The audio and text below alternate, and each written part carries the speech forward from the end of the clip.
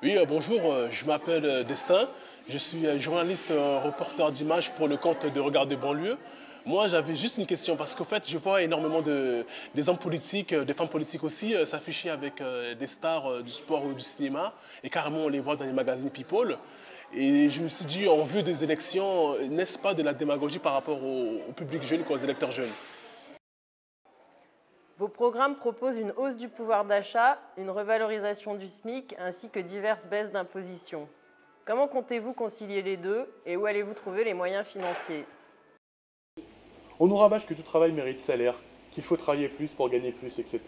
Mais dans ce cas, que penser des stagiaires qui pour la plupart travaillent largement autant que des salariés sans toucher la moindre rétribution, sans parler des nombreuses entreprises qui usent et abusent des stagiaires histoire d'avoir de la main-d'œuvre à faible coût, voire complètement gratuite.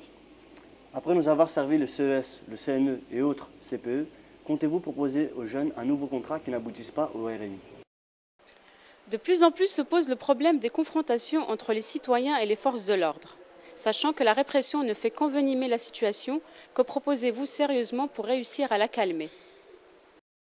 Les deux candidats ont signé le pacte écologique de Nicolas Hulot, mais je me rends compte qu'ils ne parlent que très peu de développement durable.